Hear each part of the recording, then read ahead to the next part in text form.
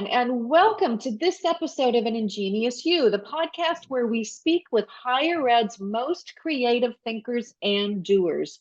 Today's guest is a highly innovative and entrepreneurial thinker and leader. Dr. Robert E. Johnson was appointed as the sixth president of Western New England University in Western Massachusetts in August 2020, right as the pandemic was taking off. And he was charged with leading the institution as it embarks on its second century. His unyielding belief in higher education as a public good and as a path for transforming individual lives has led him to dedicate his 30-year career to preparing students to adapt and to succeed in a dynamic future. And as you will find out, he is a future-focused thought leader and commentator on issues concerning the future of work, agile mind education, and the Agile University, among other things. Dr. Johnson's leadership career is wide-ranging, spans nonprofit colleges, universities in the Northeast and Midwest, including public, private, urban, rural, small, and large institutions, and also spanning public research universities, one of the nation's largest single campus community colleges, a large Catholic university, a historically Black university, and a turnaround and transformation of a small private college. And his career reflects several firsts as not only an African American leader, but also the youngest person holding major senior administrative roles. Now, we will include Dr. Johnson's full bio in the show notes, as we always do. But Dr. Johnson, it is my pleasure to welcome you to the Ingenious You community. Well, thank you so much. I am delighted to be here, Melissa. We live in interesting times, particularly within the academy. That is certainly for sure. And I'm looking forward to getting your take on that in greater depth in our conversation.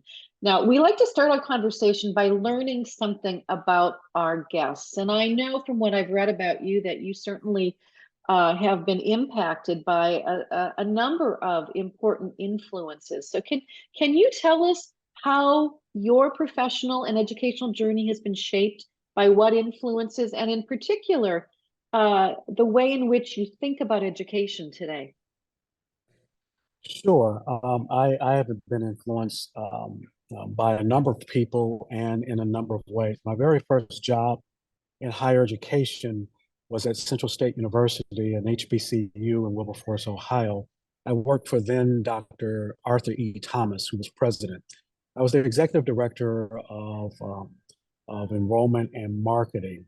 And even though I wasn't on the cabinet, and I was only 26 years old at the time, one of the youngest, if not the youngest, to hold such a position at any college or university in the country. Dr. Thomas would invite me to all of his cabinet meetings and allow me to listen. And sometimes he'd actually let me talk. But after each cabinet meeting, he'd spend 10 or 15 minutes with me and explain why he made the decisions he made. He gave me a lens to his thought process as president. Now, I'm 26 years old, sitting at the feet of a president who was also known as a very innovative president back in the mid 80s at that time. And so he inspired me to become a college president. He used to ask me, he used to say, "You're going to become a president." I said, "No, I'm not." He said, "Yes, you are." And after I worked for him for about 4 or 5 years, I had this epiphany and said, "This is something I want to do." So in terms of the presidency per se, he was the one that probably had the greatest influence. In terms of my philosophy and my thoughts about education and higher education, there were multiple people, including my mom, my dad, and my Uncle Bob. And let me talk about my mom. My mom used to always say, "Look, you just do the right thing. And if you do the right thing by people, you know what? Everything else will work out." That is one of my core leadership values, even till this day. My dad used to just talk to me in general all the time.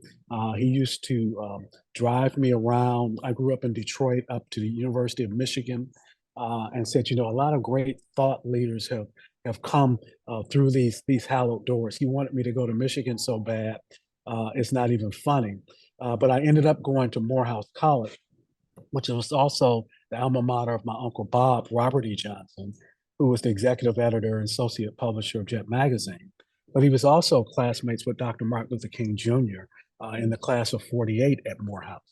And I think between my mom, my dad, and my uncle Bob, they were the ones who really gave me that sense of humanity and trying to make a difference. My mom used to say to me, your primary role in life is to make a difference. Doesn't matter what kind of job you have, doesn't matter what kind of work you do, you must make a difference. When you think about my value system as it relates to higher education, leading institutions, touching the lives of the next generation of young people, those were the primary influencers in my life when it comes to my thought process.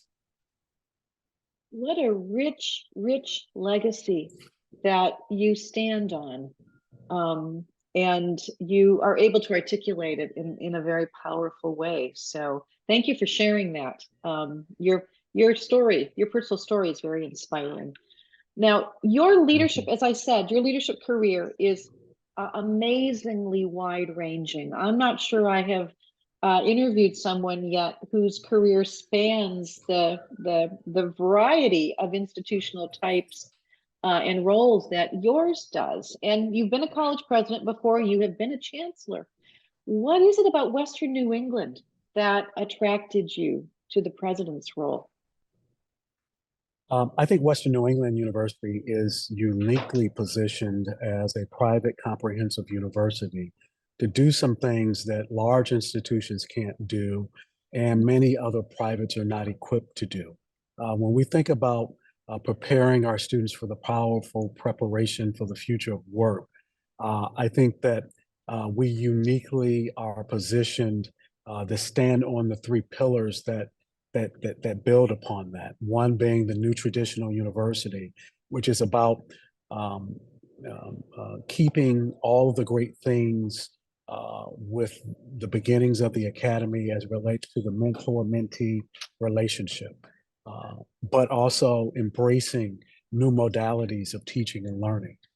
The Agile Mind education, which is the second pillar that we stand on, which is really teaching young people how to learn, unlearn, and relearn as a steady state and add value in all that they do, knowing that they will have upwards of 17 jobs in 5 different industries, and 3 of those industries do not exist. The Agile Mind education is about giving our students the essential human skills that cannot be replicated by an algorithm, AI, or a robot. And then personal exploration and growth, helping every young person to discover their why. So when you look at the balance of programs that we have, from a law school to pharmacy and health sciences, to our 3 colleges of engineering, business, and arts and sciences, we have this plethora of programs that are uniquely positioned in the marketplace to give students the skill set and mindset to be prepared for the workforce, not only now, but also of the future. Knowing that our primary job is to help students get that first job with the proper skill set, and then give them the mindset to understand that they will create every job thereafter. Think about this. If you look at the programs that we have, there's no other university in the country that is a private university with less than 5,000 students, with our balance of programs, that is preparing students to learn, unlearn, and relearn with learning agility. We are uniquely positioned to do that. We're big enough without being too big and small enough without being too small. 63% of our students are in our undergraduate programs. 37% of our students are in our graduate and professional programs, including the law school. Western New England is currently a hidden gem, but pretty soon we're going to let the world know how great we are. So can you go a little deeper for us in terms of what you mean when you say a new traditional university, and how is it different from the old traditional university, if you will? Well, right. So let me start with the latter. So the traditional university, um, we go back to the original academy. It was all about imparting knowledge, right? And as we imparted knowledge, there was an element of standardization of what was taught and what was learned. And yes, we did have to teach people back then to even critically think. That was an intricate part of the traditional educational model. Uh, and you had the as I mentioned earlier, the mentor mentee faculty student relationship, which was essential. Um, the new traditional university holds on to all of that, but says we also need to give students the essential human skills that will enable them to learn, unlearn, and relearn as a steady state.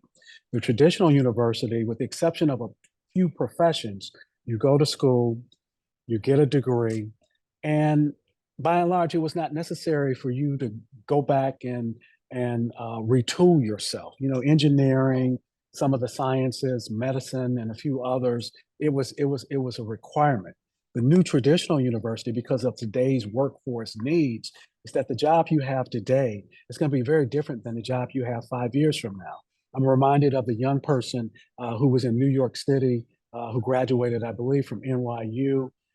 He took a job right there in the city of New York. I cannot remember the name of the company. And he literally wrote the algorithm and program that eliminated his job.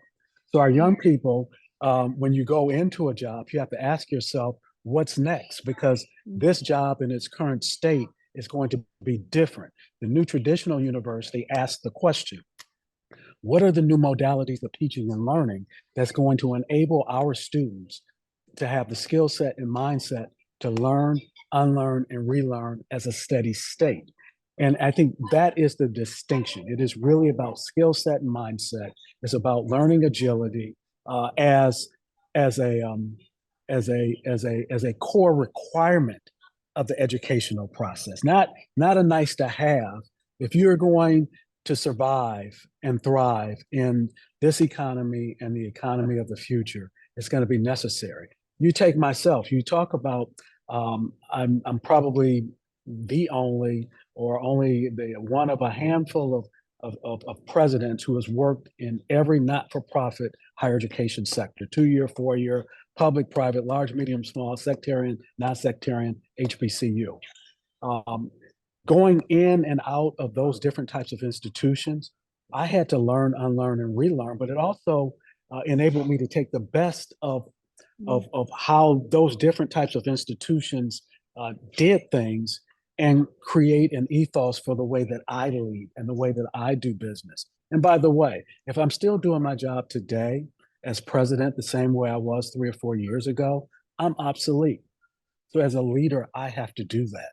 I have to encourage my leadership team. I have to encourage our employees to do that. We have to be in this state of reinventing ourselves as a steady state. So the new traditional university is really about new modalities of teaching and learning that makes learning agility at the core of who we are, and having a mindset that learning, unlearning, and relearning is what we do, just as standard operating procedures. As a new president, you come in and Mhm. launch a new strategic direction. Can you talk Mhm. about how did this strategic vision direction come about? How much of it was you Mhm. inspiring the vision, and how much of it Mhm. was involving the community? How did that work? Well, all of it was involving the community. So what Uh-huh. I did is I started in August of 2020, and in that fall, I started a series of listening sessions for the sole purpose to create a shared vision. And I met with some 35 to 40 groups. Now, keep in mind it was COVID, so almost all of it was virtual. And so faculty, staff, alumni, students, community leaders, I met with them in small groups and asked them. I had a series of 10 questions that I asked every group. and asked them to respond. Those same 10 questions, we had built a website. People could go out and put their answers on those questions. I mean, to those questions. We ended up with some close to 500 responses, either in person or virtually. We codified all of that information, and based upon that information, it created what we now know as our strategic direction. And with that strategic direction, it drives us. So it was not my vision; it was the shared vision of our community and of our various constituents, internally and externally. Did the listening sessions in the fall. We codified the data that January and February. We came back to the community to say, this is what we heard. Did we get it right? And of course, we made some modifications. And by late spring of 2021, we have what we now know as our strategic direction and our vision and our path forward. And my position was that even though we were in the midst of an existential crisis with COVID, that we could not and would not take the bunker mentality, that we could walk and chew gum at the same time. And we built our vision. And my goal was that as we were coming out of COVID, that Western New England would also be rising from the ashes, if you will, in this new higher education market, because I knew it would be new, because the world was changing in real time. And what I understood from a leadership perspective is that this is not one of those times where we wait and see what normal is going to look like. We were at and we are still at an inflection point within the history of the academy, where we're writing with the next chapter of what higher education will look like. The last time we had this type of inflection point was post-World War II, with the onslaught of community colleges, the rise of public universities, the GI Bill, so forth and so on. So for leaders who understood the moment, going back to 2020 and even today, and I think for the next 2, 3, 4, or 5 years, that we're writing what normal will look like, I think we will have an edge above others. Those who are waiting for normal to reset itself will be behind the curve.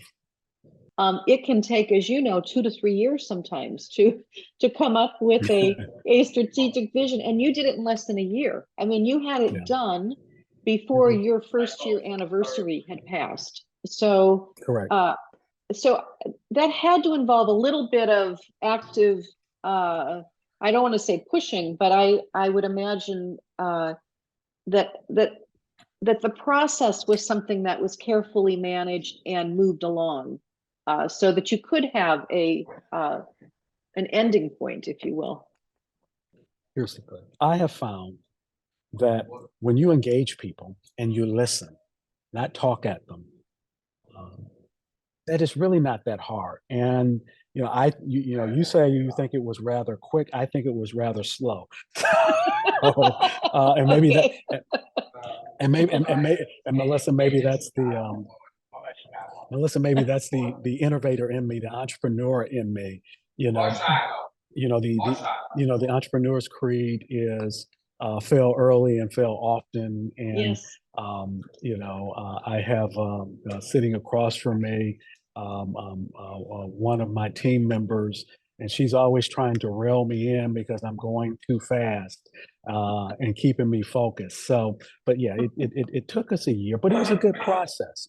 People were included. This was not, I didn't go in saying this is what it's going to be.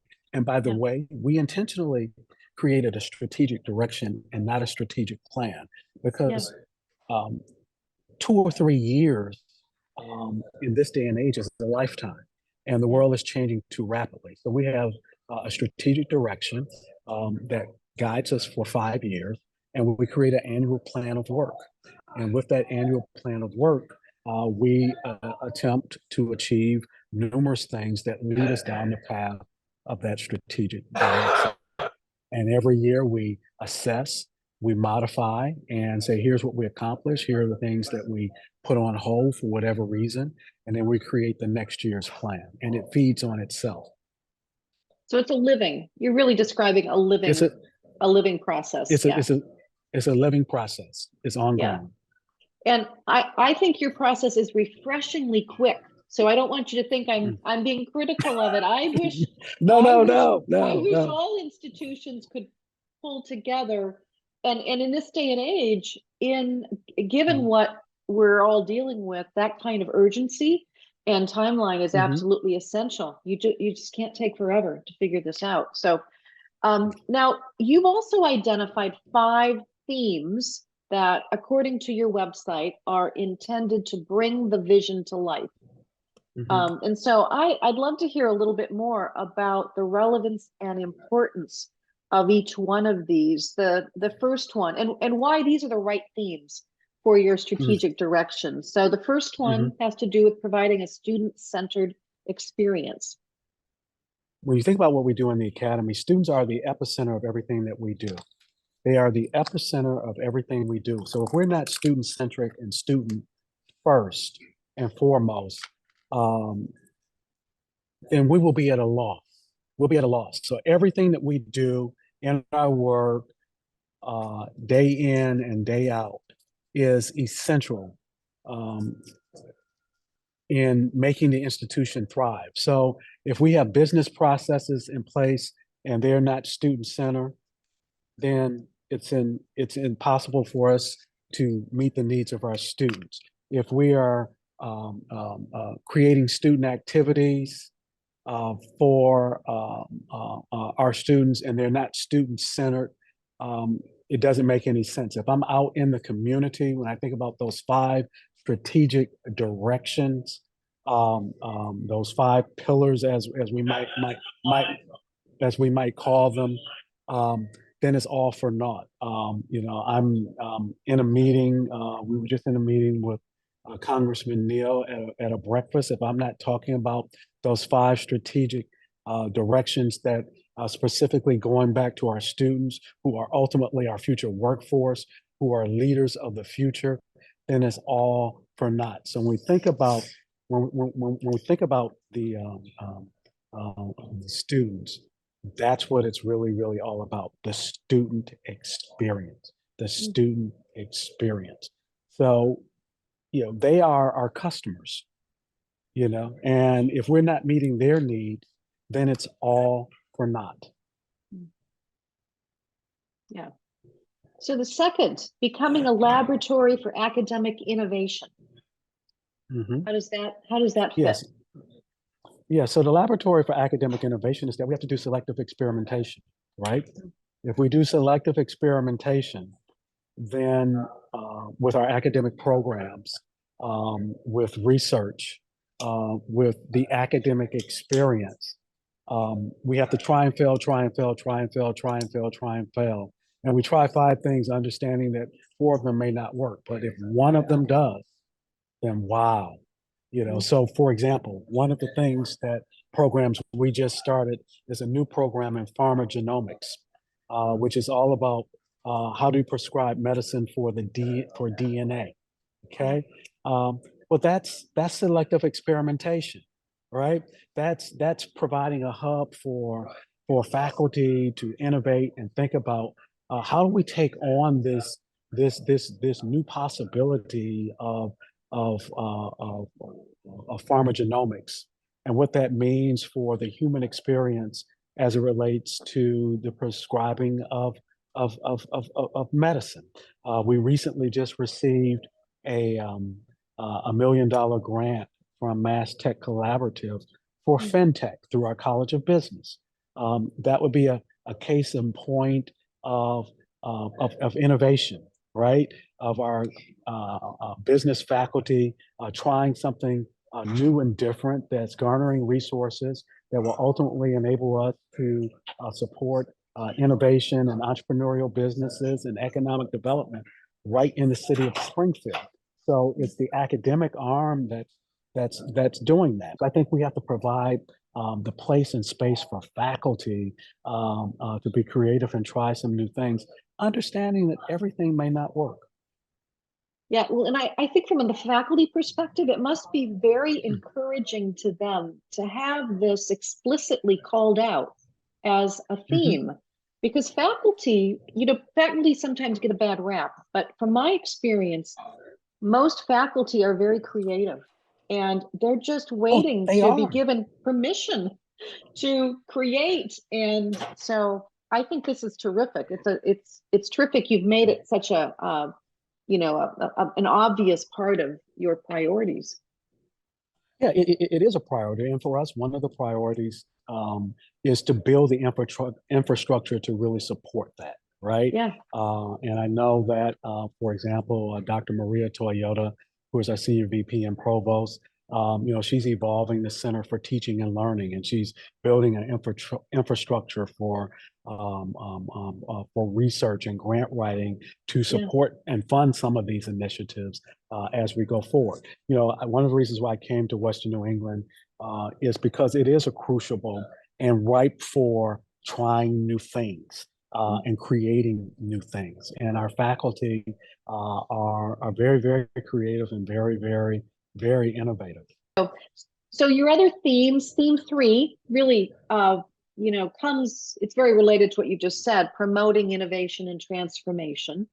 Um, Yeah, so promoting innovation and transformation goes a step beyond the academic uh-huh, innovation. It's really looking at our processes and systems internally and making them meet the needs of the present age. Is looking at all of our systems. And as you know, we in higher education tend to move very, very slow. So how do we create agile systems? How do we mm, teach ourselves as an organization to learn, unlearn, and relearn to meet the mm, needs of the present age? How do we encourage all of our units to innovate the way that they conduct their business? Again, to meet the needs of the students and the overall student experience, resulting in outcomes that will make them and put them in a position of high demand mm, for the jobs of today and the future. yeah, yeah. Uh, Four is creating diversity, equity, and inclusion. I see that on everybody's top strategy list these days. How might that look different at Western New England? Well, first of all, we have over what, 4,000 colleges and universities in the country, and I think Mm, how that looks on each campus is going to be different. For me, it's real simple. I think that we have to create an environment and we have to make sure that our environment is an environment where everyone has a sense of belonging. Everything we do, we must mm, do with a sense of civility, mm, mutual respect, and civil discourse. We must educate the next generation of young people to understand that as an individual with a college degree in a global society, that we represent 7.7% of the world's population. So whether we like it or not, we're privileged and we have a social responsibility to give back and leave the world better than the way we found it. And we must do that with a sense of humanity. So if you take those three things of civility, mutual respect, and civil discourse, and you ground it in humanity. For me, when we think about diversity, equity, and inclusion, is creating an environment that no matter who you are, no matter where you're from, no matter what you look like, no matter your lifestyle, this is a place for you and you are accepted. And the civil discourse piece is really, really, really important. That we don't have to agree. We can agree to disagree. We have to move away from this idea with social media where I only communicate with my tribe, people who believe the same things that I believe. We have to create an environment where our students understand that, you know what, you can have two opposing voices on the same stage and the house does not have to burn down. So this idea of belonging is understanding that no matter who you are and what your voice happens to be, this is a place where you can belong and respected for what you believe and the things that you espouse. mm. Boy, that is so important, increasingly important, and to have that space. be something you're Mhm. intentionally working to create and maintain. Your Mhm. fifth theme: enhance culture and excellence. Mhm. So this is equally important to the first thing. The first thing was all about students. The fifth thing is all about talent, our employees, Mm. creating an environment and a process and a system where we're not just doing enough to get by, but we are in the pursuit of excellence and trying to acquire and retain the best talent that we possibly can and creating processes and systems where people can be as efficient as they possibly can to um, ultimately enhance the student experience, to support Mm.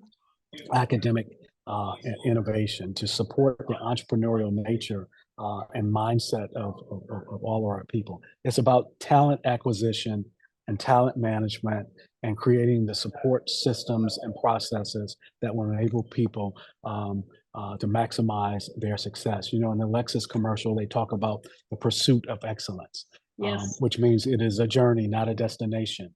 And I think that we have to be in the pursuit of excellence to support talent on our campuses. Well, and I really like the language you're using to describe that, and this notion of maximizing human value, Hmm. maximizing the humanity within each Hmm. of the members of the community is such an important uh, aim. And again, it's not something you see very often uh, Hmm. in terms of the strategic direction of an institution. So, um, kudos for including that and making it such an important focus area. Now, I just want to go back briefly. You've done a wonderful job of speaking about agility and the importance of an agile mindset, and it sounds to me like what you are about. Tell me if I'm not getting this, but it sounds like what you're about is really creating and nurturing uh, a learning organization, because you're using the word Right. learning a lot, teaching Hmm. Yeah. people how to learn, how to relearn. And you do that individually, but you're also creating an organization that uh, is uh, is learning in a collective kind of way. Is that an accurate Yeah. understanding? I think that is accurate. And understanding that when we talk about learning agility and the ability to learn, um, it breaks the I shouldn't say break. It is not the typical organizational structure. Okay, Yeah. and I intentionally use the word structure.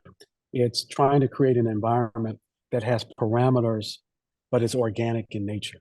Hmm. Okay, so if we think of an organism, it kind of has to do its own thing as organisms do, and all we do is put parameters on it and say, as long as you stay within these parameters, the organism can evolve in any way that it desires. If we talk about creating organizational structures, then inherent within that is our limitations, Hmm. because the structures says, you can't even think about doing this, because how are you going to do it? Learning agility starts with the what and then focuses on the how. The traditional organizational structure starts with how are we going to do it, and then we figure out the what. If Yeah. we don't know how we're going to do it, then we don't even address the what. So when we think about innovation and entrepreneurship, it also starts with the what. Take Stephen Jobs, for example. Yeah. The story is told of his daughter who was listening, had a Walkman and was listening to music, and he said, "You know what? I'm going to create something where you can pull up two, three, four, 500 songs," and that was the invention of the iPod. Okay, so he didn't, the what was, I want to create this thing where you can listen to hundreds of songs, have access to hundreds of songs. He didn't ask how we're going to do it, Yeah. right? Um, so that's when we think about the learning agility, is getting people to have the skill set and the mindset um, to just focus on what we want to do. And what's the name of the book? Paulo Coelho, The Alchemist. Yes, yes, There's yeah, this yeah. statement in there, that when you imagine, and I'm paraphrasing, what it is we want to do, that the universe will conspire to make it happen. And that's Yeah. what happens when you start with the what. The universe just kind of starts conspiring to make it happen. So if we can do that as a learning organization, as an agile organization, then the possibility, we're only limited by our imagination. Mm. So how did you become such an innovative thinker and leader? I mean, that's one of the threads that you can pull throughout your journey, I think. Um, I'm not quite sure. Ever since even when I was in college, I've been fascinated by leadership. So I used to go, and this is long before, for those who are listening, before there was an iPad or even a laptop computer or desktop computer. I used to go to the bookstore every week, and I would just stand there at the magazine stand and just read magazines about leadership, and because you couldn't afford to subscribe to all of those things, right? sure. And so I've always been a student of leadership, and following great minds from Alvin Toffler, to Stephen Covey, and the list goes on and on and on and on. And I would just consume that information, and I think it formed and shaped my thinking. And then I also think that because I have worked at a lot of different types of institutions, I always had to go in and learn something new. And I Mm, think I reached a certain point in my professional career where I was able to draw upon, oh, this is how the large private Catholic university did this thing. And this is how the large community college did this thing. And this is how this small institution did that. If I take 20% of that and 15% of this, and then all of a sudden I have a model that's different. And they say, well, how did you come up with that? I said, well, it's just based upon my experiences. If you yeah, think about most people within the academy, they tend to work within the same types of institutions, even if they work at multiple institutions, yeah, all research institutions, all small private liberal arts institutions, all public, so forth and so on. And there's a similarity there as to how you get things done. For someone like me who's worked at multiple institutions, I don't have that lens because I worked at a lot of different places and have seen the same things or same problems attacked in different ways, which I think forced me to always be asking myself, well, how could we do this differently? How can we solve for this? And simply because this is the way we've always done it, it does not mean this is the way we have to try and solve that problem today. yeah. Let me ask you to go a little bit deeper there then. From your experience, are there some commonalities that you've observed among the most successful higher ed innovative leaders? So common attributes or characteristics or because what you've just described is actually something I've heard from other successful innovators. It's Mhm. having a wide range of experience uh, that has broadened your toolbox, if you will, and your ability to imagine things that otherwise you might not be able to see. So, um, other common. Yeah, yeah, I think they are, and some of them are leadership principles that I learned Uh-huh. from both my mom and my dad. Um, One being understanding that the most valuable asset that we have are people, and you have to rely upon people to get things done. At the end of the day, I don't do much. The success of the institution is based upon the people who are packaging the financial aid, who are teaching the classes, who are cutting the grass, who are out there recruiting students, who are keeping the IT running. Um, I think the second principle would be, as my dad used to say, don't believe the hype, theirs or your own. I think too many people who are sitting in my seat as a president actually believe that they are that great. And when you start believing your own hype or other people's hype, I think it becomes a self-fulfilling prophecy that ultimately leads to not being as successful as you can. The third would be um, separate the person from the professional. My dad used to say, when someone comes to you with a thought or an idea, no matter who they are, he said it could be your arch nemesis on your campus. It could be someone you don't like and that they don't like you. Whatever the issue is that they're bringing to you, the first question you ask yourself is, are they right? And if they're right, you separate all of that other stuff in terms of what you may think of the person or what the person may think of you, and you pursue that. So you separate the person from the professional, because at work we're professionals, and we have to deal in that way. I think the other thing is always asking the question, what next? Mhm. What next? The next one would be empowerment, empowering the people who are closest to the work to make the decisions and to make changes. And part of that empowerment is telling people, don't be afraid to fail. And when you make a mistake, own up to it and move on. And then lastly, I think particularly in this day and age, is to be authentic. Be your authentic self. Be true to yourself. To thine own self be true. The self is the Lord of the self. Who else could be the Lord? Obtain the Lord, and you'll come to understand the true meaning of thyself. I mean, it's just holding on to some of those core things that enables that. And then you take off the constraints and say, go out and come back with great ideas. And if you separated the personality from the profession, even that person that may not like you or you may not like, guess what? They have good ideas too. Yeah. And and you pursue them. Yeah, great. Thank you. Those are they're going to go into my leadership course that I teach. I will be sure to share this podcast with our doctoral students, many of whom want to be presidents someday. So this will be very, very helpful. So I just have a couple of questions left. From your perspective, what does the future of higher ed look like? And particularly for schools like Western New England, for Bay Path, where I work, what are the most significant challenges that we need to have on the radar, be thinking about? We have to adapt or die. We have to adapt or die. I'm going to say it one more time. We have to adapt or die. We have to reinvent ourselves.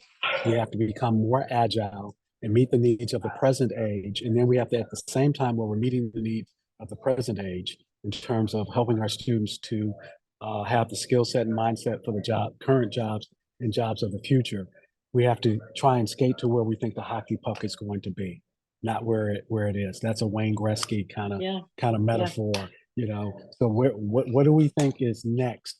And let's do some selective experimentation and go down that road. But having said that, we must hold on to our core principles in terms of who we are. We must never lose sight of the student experience and the faculty, student, mentor, mentee relationship. But at the same time, we must embrace new modalities of teaching and learning. We must identify new streams of revenue that enable us to not solely be dependent upon tuition in order to survive. And we're going to have to evolve our programs. And when programs become obsolete, we have to sunset them. At the same time, we have to create new programs that will be relevant for the marketplace. And there'll be some programs, no matter what, they'll be around for generations to come. And I would also say um, that if ever there was a time where the liberal arts were important, it's today. Because the liberal arts exposes people to a wide range of things. So we take kids, I worked at an institution that had a huge video game program, and one of them created a video game um, related to one of the world wars. Well, if you think about that video game, sure, you have to have the technical expertise to do that. But if you're gonna talk about a world war, then you got to have somebody who knows history. Uh, you have to have a creative writer. If you've ever played a video game, it's a storyline. So you got to be able to tell a story. every video game has music. So you got to have someone to create music or to bring music that already exists for the nature of that game. No matter what the game is, there is a psychology and philosophy behind the game. So you got to understand philosophy and psychology of the user and the user experience. So and so everything I just talked about. I mean, so the programming and all of that, that's the easy part. Okay, so we got history, we got mathematics, we got creative writing, we have music, and the list goes on and on and on and on and on and on. So I would encourage, and that's why you even see schools, business schools like Bentley and Babson, building in the liberal arts to their educational model.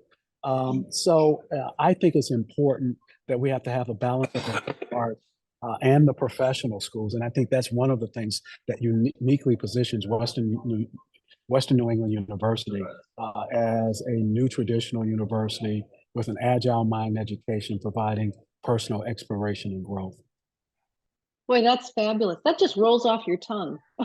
You know, I'm imagining you say that a lot, but that's a really wonderful, succinct way to wrap up that question. So I have one final question. It's called our signature question. So we ask all of our guests to respond to this. And so, what educational innovation or new idea has captured your attention, something that you are particularly excited about? I think the thing that I'm excited about, and I haven't figured it out, and I haven't even introduced it to my faculty or our staff, because I think it can work on both sides, is virtual reality and augmented reality and the metaverse. And what does that mean for teaching and learning? What does that mean for the student experience? What does that mean in terms of how we provide services? How can how can we use those technologies? So how can we embrace those modalities of teaching and learning to enhance the student experience, to enhance learning outcomes, to enhance how we deliver services to students? Dr. Johnson, it has been such a pleasure to have this conversation. I'm grateful for your time, and good luck to you in the days ahead. Well, thank you so much, Melissa. Enjoy your weekend. It's going to be pretty cold, but we'll get through it. Yeah.